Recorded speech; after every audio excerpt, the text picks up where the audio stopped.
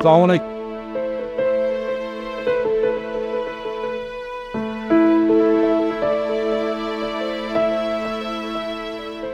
বাবাজির পরিচয় এই গ্রামের তো মনে হইতেছে না। আমার নাম রঞ্জু, এই গ্রামে নতুন এসেছি। তা কার বাড়িতে যাবেন? কারো বাড়িতে না, গ্রামটা সুন্দর, পছন্দ হলো তাই থেমে গেলাম। আজব কাণ্ড। হ্যাঁ,